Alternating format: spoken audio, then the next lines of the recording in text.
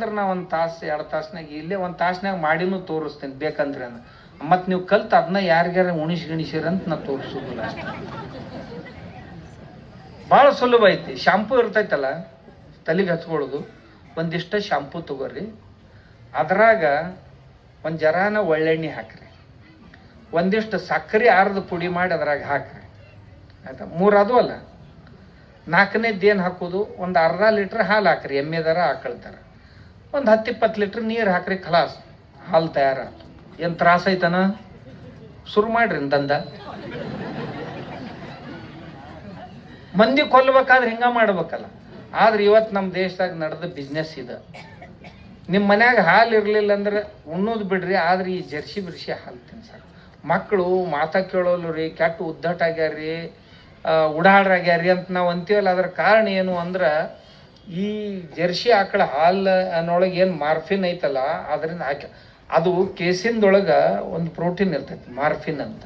ಆ ಪ್ರೋಟೀನ್ದೊಳಗೆ ಮಾರ್ಫಿನ್ ಐತೆ ಅಂದ್ರೆ ವಿಷಾಣು ಐತಿ. ಅದು ಏನು ಮಾಡ್ತೈತಿ ಅಂತಂದ್ರೆ 12 ಮುಖ್ಯ ರೋಗಗಳನ್ನು ಉಂಟು ಮಾಡ್ತಾವೆ ಜರ್ಸಿ ಆಕಳ ಹಾಲು. A1 type of diabetes, blood pressure, heart blockage, ಆಮ್ಯಾಗ ಕ್ಯಾನ್ಸರು, ಆಮ್ಯಾಗ ಅಸ್ತಮಾ, ಆನಂತರ ಸಿಜೋಫ್ರಿಮಿಯಾ ಅಂತ ಅಂದ್ರೆ ಇದೊಂದು ಮನೋರೋಗ. ಅಂದ್ರೇನು, ಏನಾರ ಮಾತಾಡ್ತಿರ್ತಾನ, ಏನಾರ ಮಾಡ್ತಿರ್ತಾನ, ಮಾತು, ಕೃತಿ ಮತ್ತು ವಿಚಾರ ಇವುಗಳಲ್ಲಿ ಒಟ್ಟ ಹೊಂದಿಕೆರಂಗಿಲ್ಲ. ಏನಾರ ಹೇಳಿದ ಕೂಡಲೇ ಏನಾರ ಮಾಡಿರ್ತೀವಿ ನಾವು. ಇದೊಂದು ರೋಗ. ಇದು ಮಕ್ಕಳಲ್ಲಿ ಹೆಚ್ಚು ಕಂಡು ಬರ್ತದೆ. ಆಮೇಲೆ ಇನ್ನೊಂದು ರೋಗ ಏನಂದ್ರೆ ತಾಯಂದಿರಿಗೆ ಅಥವಾ ಗಂಡಸರಿಗೆ ನಪುಂಸಕತೆಯನ್ನು ಉಂಟು ಮಾಡುವಂಥ ಕೆಲಸ ಈ ಜರ್ಸಿ ಆಕಳ ಹಾಲು ಮಾಡ್ತಿರ್ತದೆ. ನಿಮ್ಗೆ ಯಾರ್ಯಾರಿಗೆ ಮಕ್ಕಳು ಬೇಡ ಈಗ ಮಕ್ಕಳಗ ತಿನ್ರದ ದಿನ, ಯಾರ್ಯಾರಿಗೆ ಮಕ್ಕಳು ಆಗಬಾರ್ದು ಭವಿಷ್ಯದಾಗ ಬೇಡ ಅಂತ ಅನ್ಸೈತಲ್ಲ, ಬಡ್ರಿ ನೀವು ಹೊಕ್ಕಿರಿ, ಮಕ್ಕಳೂ ಬರೋದಿಲ್ಲ, ಇದು ಆಗ್ತಾವ.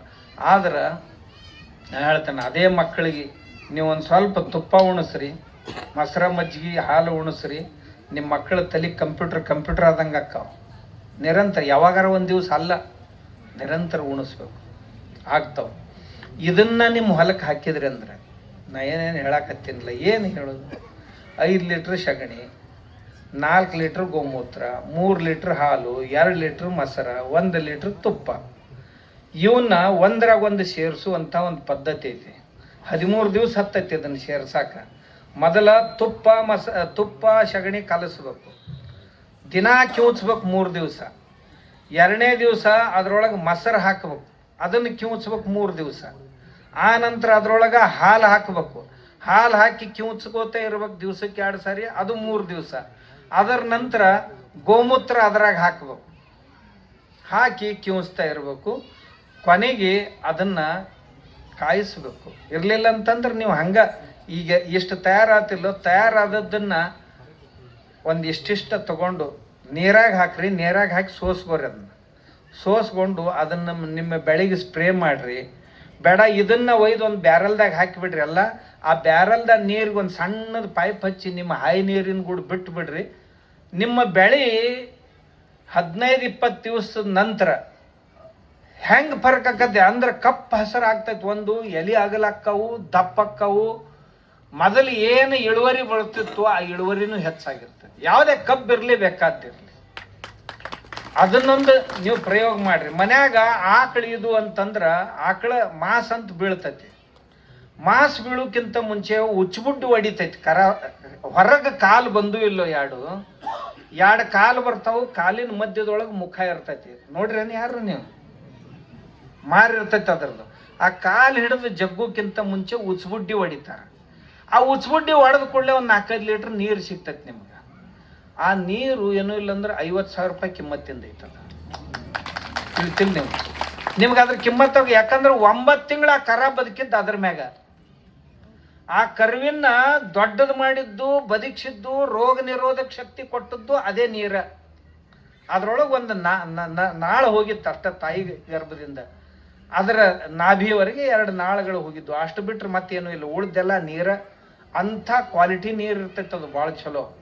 ಅದನ್ನು ನೀವು ಒಂದು ಗಡಿಯಾಗ ಸುರಕ್ಷಿತ ಇಟ್ರಿ ಅಂತಂದ್ರೆ ಆ ನೀರ ನಿಮ್ಮ ಬ್ಯಾರಲ್ದಾಗ ನಿಮ್ಮ ಇದ್ರ ಟಾಕಿಗೆ, ಸ್ಪ್ರೇ ಮಾಡೋ ಟಾಕಿಗೆ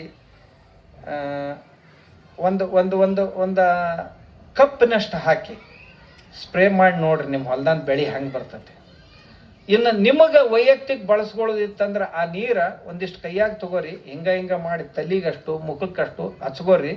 ಹಚ್ಕೊಂಡು ಒಂದು 10 ನಿಮಿಷ ಬಿಟ್ಟು ಜಳಕ ಮಾಡ್ರಿ. ಫೇರ್ ಆ್ಯಂಡ್ ಲವ್ಲಿನೇ ಬೇಕಾಗಿಲ್ಲ ನಿಮ್ಗೆ, ಅಷ್ಟು ಬೆಸ್ಟ್ ಯಾವ ಶಾಂಪೂನು ಬೇಕಾಗಿಲ್ಲ ನಿಮ್ಗೆ. ಅಂಥ ಕೆಲಸ ನೀರು ಮಾಡ್ತದೆ. ಕರ ಬಂದ ನಂತರ ಒಂದು ಅರ್ಧ ತಾಸಿಗೆ ಮಾಸ ಬರ್ತೈತಿ. ಆ ಮಾಸ ಏನು ಮಾಡಬೇಕು, ಮಾಂಸ ಏನು ಮಾಡ್ಬೇಕಂದ್ರೆ ಬ್ಯಾರಲ್ನಾಗ ಒಗದು ಬಿಡಬೇಕು. ನೀರು ತುಂಬಿದ ನೀರಿನ ಬ್ಯಾರಲ್ನಾಗ 1 ಕಿಲೋ 1.5 ಕಿಲೋ ಇರ್ತೈತಿ. ಅಷ್ಟ 1-2 ಕಿಲೋ ಬೆಲ್ಲ ಹಾಕ್ರಿ. ಅದ್ರಾಗ 1-2 ಕಿಲೋ ಮಜ್ಜಿಗೆ ಹಾಕ್ರಿ. 2 ಲೀಟ್ರು 1-2 ಲೀಟ್ರ್ ಗೋಮೂತ್ರ ಹಾಕಿ ಮುಚ್ಚಿಟ್ಬಿಡ್ರಿ. ಏನರ ಒಂದು ತಟ್ಟಗಿಟ್ಟ ಮುಚ್ಚಿ ಇಟ್ಬಿಡ್ರಿ. 1 ತಿಂಗಳು ಇಟ್ಬಿಡ್ರಿ. ಹಿಂದಾಗಡೆ ಆ ನೀರು ನಿಮ್ದೇನು ಕಬ್ಬಿನ ಬೆಳೆನೇ ಇರಲಿ, ಯಾವುದೇ ಸ್ಪ್ರೇ ಮಾಡಿದ್ರೆ ನಂಬರ್ 1 ಇರ್ಲಿಕ್ಕಂದ್ರೆ ಹೊಲ್ದಾಗ ಹಿಂಗೆ ಡ್ರೆಂಚಿಂಗ್ ಮಾಡ್ರಿ. 15-20 ದಿನದಾಗ ನಿಮ್ಮ ಬಂಡಿ ಬಡ್ದಂಗೆ ಆಗಿರ್ತೈತಲ್ಲ ಹೊಲ, ಹೂ ಅರಳದಂಗೆ ಅರಳತೈತಿ, ಅರಳದಂಗೆ ಅರಳತೈತಿ. ಕಾಫಿ ಪೌಡ್ರ್ ಆದಂಗೆ ಆಕೈತಿ ಮಣ್ಣು. ಮಾಡಿ ನೋಡ್ರಿ ನೀವು, ಅಂಥ ಸಾಮರ್ಥ್ಯ ಇರ್ತೈತಿ. ಇರಲಿಲ್ಲ ಅಂದ್ರೆ ಕರ್ಗಳು ಒಂದೊಂದು ವೇಳೆ ದಡಗನ ಸತ್ತು ಹೋಗ್ತಾವೆ. ಹುಟ್ಟಿದ ಕೂಡಲೇ ಏನೋ ರೋಗ ಇರ್ತಾವೆ, ವಿಕಲಾಂಗತೆ ಇರ್ತೈತೆ, ಸತ್ತು. ಆ ಕರ್ಗಳನ್ನ ಬ್ಯಾರಲ್ದಾಗ ಹಾಕೋದು. ಆ ಕರಿನ ತೂಕ ಒಂದು 20-25-30 ಕಿಲೋ ಇತ್ತಂದ್ರೆ 30 ಕಿಲೋ ಸಗಣಿ ಹಾಕೋದು. ಆ ಕರಿನ ಹೋಗೋದು 30 ಲೀಟ್ರ್ ಗೋಮೂತ್ರ ಹಾಕೋದು, 30 ಲೀಟ್ರ್ ಮಜ್ಜಿಗೆ ಹಾಕೋದು. ಹಾಕಿ ಒಂದು ಜರ ಜನವಸ್ತಿಯಿಂದ ದೂರ ಇಟ್ಟು ಮುಚ್ಚಿಬಿಡ್ರಿ. ಯಾವಾಗಾರ ವಾಸನೆ ಬರಾಕತ್ತಂತಂದ್ರೆ ಒಂದಿಷ್ಟು ಜೀವಾಮೃತ ಅದ್ರಾಗ ಹಾಕಿಬಿಡ್ರಿ, ವಾಸನೆ ಬರೋದು ಬಂದಾಕತಿ. ಒಂದು 3 ತಿಂಗಳಿಗಿಂತಲೂ ಹೆಚ್ಚು 4-5 ತಿಂಗಳು ಇಟ್ಟು ಬಿಡ್ರಿ. 4-5 ತಿಂಗಳ ನಂತರ ನಿಮ್ಗೇನು ದ್ರಾವಣ ಸಿಗ್ತೈತಲ್ಲ, ಅದು ಏನೂ ಇಲ್ಲಂದ್ರು ಒಂದು ಕರುವಿನಿಂದ ನಿಮ್ಗೊಂದು 50,000 ರೂಪಾಯಿ ದ್ರಾವಣ ಸಿಗ್ತೈತೆ.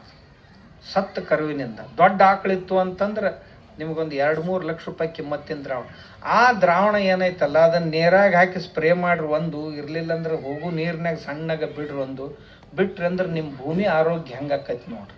ಈ ಕಬ್ಬಿನ ಕುಳಿಗೆ ನಾ ಡ್ರೆಂಚಿಂಗ್ ಮಾಡಿ ನೋಡಿದೆ. ಈ ನೀರು ಹಿಂಗೆ ಫೂಟ್ಗೆ ಒಂದೊಂದು ತೂತ್ ತೆಗೆದು ಅದ್ರಾಗ ಒಂದಿಷ್ಟು ಬಿಡೋದು. ಒಂದು ಕೋಲ್ ತೊಗೊಳ್ದ, ಕೋಲ್ ಹಿಂಗೆ ಚುಚ್ಚಿ ನೀವೇನು ಪಂಪ್ ಕಟ್ಕೊಂಡಿರ್ತಲ್ಲ ಅದರಿಂದನ ಸ್ವಲ್ಪ ನೀರು ಅದ್ರಾಗ ಬಿಟ್ಟು ಬಿಡೋದು. ಹಿಂಗೆ ಬಿಡ್ರಿ. ನಿಮ್ಮ ಕುಳಿ ನಾ ಸಾದಾ ಇದನ್ನು ಬಿಡ್ಲಾರ್ದಂಥ ಸಾದಾ ಕಬ್ಬು ಏನಿತ್ತು ಅದಕ್ಕೆ 15 ಕುಳಿ ಬಂದು ಸರ್ವಸಾಧಾರಣ 15-18. ಇದನ್ನೇನು ಡ್ರೆಂಚಿಂಗ್ ಮಾಡಿದ್ನೆಲ್ಲ ಮಾಡಿದಕ್ಕೆ 35-40 ತನಕ ಕುಳಿ ಬಂದು. ಡಬಲ್ ನಿಮ್ಮ ಕಬ್ಬಿನ ಇಳುವರಿ ಡಬಲ್ ಆಕೈತಿ ಇದರಿಂದ. ಮುಂದೆ ಇದನ್ನ ಹಿಂಗ 2-3-4 ಸಾರಿ ಮಾಡಿರಿ. ಯಾಕಂದ್ರೆ ಈ ಮಾಸ ಐತಲ್ಲ, ಇದು ಒಂದೇ ಸಾರಿ ಅಲ್ಲ, 5 ಸಾರಿ ಇದನ್ನ ನೀವು ಬಳಸ್ಬೋದು. ಇದು 1 ತಿಂಗಳು ಆದ ಕೂಡಲೇ ಬಳಸಿರಿ, ಮುಂದಿನ ತಿಂಗಳು ಮತ್ತೊಂದು ತಿಂಗಳು ಹೋಗಿದ್ದು ಮತ್ತೊಂದು ಬ್ಯಾರಲ್ದಾಗ. ಅದು ಆದ ಕೂಡಲೇ ಇದನ್ನ ತಗೊಂಡ್ ಕೂಡಲೇ ಮತ್ತೆ ಅದೇ ಬ್ಯಾರಲ್ದಾಗ ನೀರು ಹಾಕೋದು. ಹಿಂಗೆ 5 ಸಾರಿ ಬಳಸ್ಬೋದು. ಇದನ್ನು ಬಳಸಿ 1 ಎಕರೆಗೆ ನೀವು ಟ್ರಯಲ್ ಮಾಡಿ ನೋಡ್ರಿ. ನಿಮ್ಮ ಹೊಲದಾಗ ಕಬ್ಬಿಂದು ಗಣಿಕೆನೂ ದೊಡ್ಡ ಆಕ್ಕವು, ಗಣಿಕೆ ಸೈಜ್ನೂ ದೊಡ್ಡದಾಕೈತಿ, ತೂಕನೂ ಹೆಚ್ಚಾಕೈತಿ. ಆಮ್ಯಾಗ ಇನ್ನು ಕೊನೆಯದಾಗಿ ನಾ ಇಂಥವು ಹೇಳ್ಕೋತ ಕೂತ್ ಇಂಥ ದೊಡ್ಡ ಸ್ಟೋರೇಜ್ ಐತಿ ನನ್ನ ಹತ್ರ. ಯಾಕಂದ್ರೆ ಇಡೀ ದೇಶದ ತುಂಬ ತಿರುಗಾಡಿ ನಾ ಎಲ್ಲೆಲ್ಲೆಲ್ಲೆಲ್ಲೇ ಕಲ್ತು ಬಂದೀನಿ ಇದನ್ನೆಲ್ಲ. ಅವನು ಬಂದು ನಮ್ಮ ಮಠದಾಗ ಬಂದಿಂದ ಪ್ರಯೋಗ ಮಾಡಿ ಅದು ಸರಿ ಐತೆ ಅನಿಸಿದ್ರೆ ನಮ್ಮ ಮಂದಿಗೆ ಹೇಳ್ತೇನೆ, ಇರ್ಲಿಕ್ಕಂದ್ರೆ ಹೇಳಕ್ಕೆ ಹೋಗುದಿಲ್ಲ. ಕಸ ಹೇಳ್ತೈತಿ, ಏನು ಮಾಡೋದು? ನಮ್ಮ ಅಜ್ಜಾರು ಆಗಲೇ ರೌಂಡಪ್ ಹೊಡಿತೀರಿ ನೀವು ಅಂತ ಹೇಳಿದರು. ಕಸಕ್ಕೆ ಏನು ಮಾಡಬೇಕು ಅಂತಂದ್ರೆ ಗೋಮೂತ್ರದೊಳಗೆ ಒಂದಿಷ್ಟು ಹಳ್ಳುಪ್ಪ ಕೂಡ ಒಂದು ಜರ ಸುಣ್ಣ ರಾತ್ರಿ ನೆನೆ ಹಾಕಬೇಕು. 24 ತಾಸು ನೆನೆ ಹಾಕಿದ್ದು ಸುಣ್ಣ ಸೋಸಿ ತಗೋಬೇಕು. ಹಳ್ಳು ತೆಗೆದು ಆ ಸುಣ್ಣದ ನೀರ ಒಂದು ಟ್ಯಾಂಕಿಗೆ ಕನಿಷ್ಠ ಒಂದು 3 ಕಿಲೋ 15 ಲೀಟ್ರ್ ನೀರಿಗೆ ಒಂದು 3 ಕಿಲೋ 1 ಕಿಲೋ ಸುಣ್ಣ, ಇವನ್ 3 ಚಂದ ಕಲಿಸಿ ಸೋಸಿ ಆ ನೀರು ಸ್ಪ್ರೇ ಮಾಡಿರಿ. ಕಳೆ ಸಣ್ಣದಿರ್ಬೇಕು. ಸಣ್ಣದಿದ್ದಾಗ ಸ್ಪ್ರೇ ಮಾಡಿದ್ರಿ ಅಂತಂದ್ರೆ ಖಲಾಸ್, ಕಳೆ ಒಟ್ಟ ಉಳಿಯಂಗಿಲ್ಲ. ಇದು ಒಂದು. ಇಂಥವು ಭಾಳ ಅದಾವ. ಅದ್ರ ಸಲುವಾಗಿ ಕಾಂಗ್ರೆಸ್ ಕಸ ಇರ್ತೈತಲ್ಲ, ಆ ಕಾಂಗ್ರೆಸ್ ಕಸ ನೀರ್ನಾಗ ಕಳ ಕುದಿಸ್ಬೇಕು. ಕುದಿಸಿ 1 ದಿವ್ಸ ಇಟ್ಟು ಬಿಡ್ರಿ. ಮರುದಿವ್ಸ ಸೋಸಿ ತಗೊಂಡು ಆ ನೀರ ಕಸದ ಮ್ಯಾಗ ಸ್ಪ್ರೇ ಮಾಡಿಬಿಡ್ರಿ. ಒಟ್ಟ ಕಸ ಉಳಿಯಂಗಿಲ್ಲ. 2.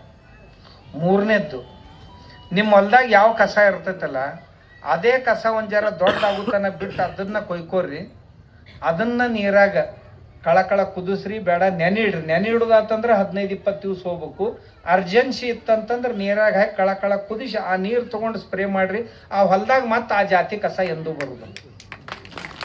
ಮೂರದು ಇಲ್ಲಿ. ನಾಲ್ಕನೇದೊಂದು ಹೇಳ್ತೀನಿ, ನಿಮ್ಗೊಂದ್ ಜರ ಕಠಿಣ ಐತದ. ಕತ್ತಿ ಹುಚ್ಚಿರ್ತಾವಲ್ಲ, ನೀವು ಕತ್ತಿಗೆ ಭಾಳ ಕೆಟ್ಟ ಪ್ರಾಣಿ ಅಂತೀರಿ ನೀವು. ನಿಮ್ಮ ಮಕ್ಕಳ ತಲೆ ಹುಷಾರಾಗಬೇಕಾಗಿತ್ತು ಅಂದ್ರೆ ದಿನ ಒಂದ್ ಚಮಚ ಕತ್ತಿ ಹಾಲು ಕುಡಿಸ್ಬೇಕು. ಅದು 10,000 ರೂಪಾಯಿ ಲೀಟರ್ ಇರ್ತದೆ. ಕತ್ತಿ ಹಾಲು 10,000 ರೂಪಾಯಿ ಲೀಟರ್ ಐತಿ. ನೀವೇನ್ರ ಅಂತ ತಿಳ್ಕೊಂಡ್ರಿ, ಮತ್ತ 10,000 ರೂಪಾಯಿ ಲೀಟರ್ ಮಾರಾಟ ಆಕೈತದ. ಇವು ಮಂದ ಬುದ್ಧಿ ಮಕ್ಕಳು ಅವು ಇರ್ತಾವಲ್ಲ, ಅವಕ್ಕೆ ಒಂದ್ ಚಮಚ ದಿನ ಕುಡಿಸ್ತಿರ್ತದೆ. ಚಲೋ ಮಕ್ಕಳಿಗೂ ಸಹಿತ ಒಂದ್ ಚಮಚ ಕುಡಿಸಿದ ಅದು ಆ ಸಾಮರ್ಥ್ಯ ಐತೆ. ಅದು ಕತ್ತಿ ಹೊರಗೆ ತಿರುಗಾಡಿದ್ದಿರ್ಬೇಕು. ಮತ್ತ